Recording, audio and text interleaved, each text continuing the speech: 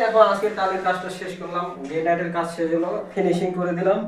এই যে ওয়াল টালি, এই যে গ্রেনাইট, এই যে চুপারটা লাগানো হয়েছে।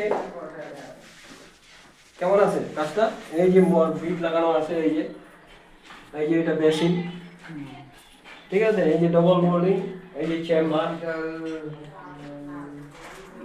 গাইস, কাজটা কেমন হয়েছে বলো তো? কাজটা কেমন হয়েছে একটু কমেন্ট করে জানাবা।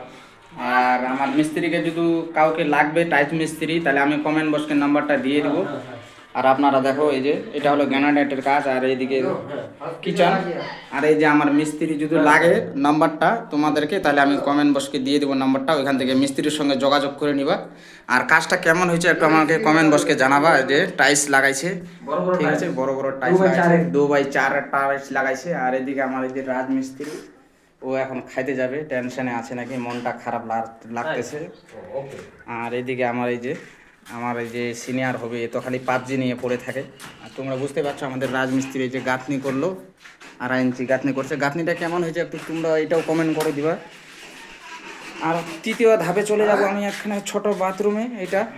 আর এটা হলো যে এই যে আমাদের কাজটা, মানে এটা রেডি হয়ে গেছে অলরাইট। আর এটা আছে, দেখতে পাচ্ছ বাথরুমটা, অত আমি দেখাতে পারছি না, তোমরা একটু কমেন্ট করে জানাবে যে আমাদের কাজগুলো কেমন হচ্ছে।